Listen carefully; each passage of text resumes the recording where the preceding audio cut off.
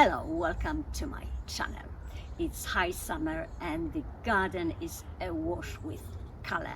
We have had a real drought recently, but fortunately most of my plants have survived it in good form. I've lost a few, but it does not matter, does it? My rambling roses are no longer flowering, but I promise you there's going to be a separate video about my fantastic ramblers. In this video, I'm going to show you mainly the part of the garden which is behind the house.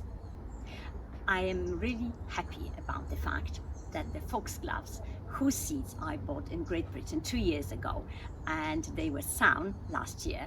Fortunately, they survived the winter. I was a little bit worried for them, but they did survive the winter, and now they are flowering.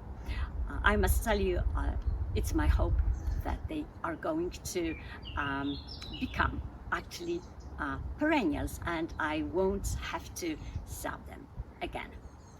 Let's go for a walk, shall we?